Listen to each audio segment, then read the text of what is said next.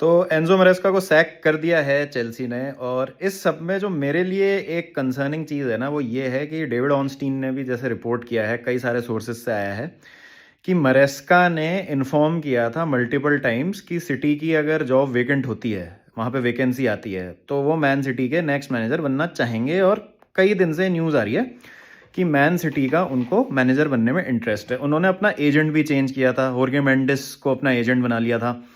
तो अब नैरेटिव इस तरीके से सेट हो रहा है कि मैन सिटी की जॉब के चक्कर में मरेस्का ने फोर्स आउट किया है इस तरीके से कि ऐसे डिसीजंस लिए हैं जो ओनरशिप को पसंद नहीं है, ऐसी चीज़ें इसलिए जानबूझ के की हैं ताकि ये फॉल आउट हो जाए और मरेस्का को चेल्सी जाने दे, जिससे वो जब सीजन के एंड में मैन सिटी की अगर वैकेंसी आती है मैनेजर की, अगर पेप छोड़ के जाते हैं, तो मरेस्का वहाँ मैनेजर बन जाए। अब इस सब में दो तीन चीज़ें जो मुझे समझ नहीं आ रही हैं कि ये चीज़ थी तो ठीक है, अगर मरेस्का ने इन्फॉर्म कर दिया तो क्या एक म्यूचुअल कंसेंसस पे नहीं आया जा सकता था कि आप सीजन के एंड तक रहो फिर आप चले जाना? Obviously Man City at present is a bigger club than Chelsea, no doubt about it. जो प्लेयर्स हैं, जो क्लब है, अभी कोई भी वहां पे जाके मैनेज करना चाहेगा, तो क्या इस डिसीजन पे नहीं आया जा सकता था? या फिर मरेस्का ने एक्चुअली धोखा दिया है चेल्सी को, ओनरशिप को, और पीठ पीछे कुछ चीजें की हैं जाके, तो फिर भाई सही बनती है, सैकिंग होना सही है। लेकिन जिन मैचेस में भी पॉइंट्स ड्रॉप किए हैं ना, ऐसा देख के लग नहीं रहा था कि मरेस्का को इंटरेस्ट नहीं है मैनेज करने में, या he has lost the dressing room, या मरेस्का को फर्क नहीं पड़ रहा है।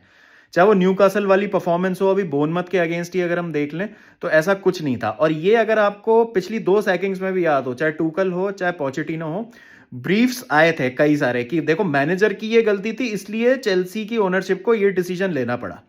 तो अब क्या मरेस्का ने एक्चुअली में धोखा दिया है? मरेस्का एक्चुअली में ये सब चीजें कर रहे थे, फ्लर्ट कर रहे हैं दूसरे क्लब के साथ, जो तो अनएक्सेप्टेबल है, फिर तो सही रहती है सैकिंग। या फिर ओनरशिप ये ब्रीफिंग दे रही है क्योंकि झगड़ा हो गया मरेस्का के साथ, फॉल आउट हो गया है, तो अब डैमेज को सॉफ्ट करने के लिए, जिससे फैंस चढ़े नहीं ओनरशिप पे, इस तरीके की चीजें बाहर निकाली जा रही हैं। जान तो हम पाएंगे नहीं, जो भी होगा क्या होगा। एक चीज तो साफ हो जाती है कि रिजल्ट्स बेस्ड सैकिंग नहीं है कि रिजल्ट्स खराब हो रहे थे इसलिए मैनेजर को सैक किया गया है। This is a power play. या तो मैनेजर ने धमकी दे दी छोड़ने की, या ओनरशिप को कोई बात अच्छी नहीं लगी मैनेजर की। बट द फैक्ट इज कि कोई तरीका ढूंढना चाहिए था कि मरेस्का को सीजन के एंड तक रोका जाए।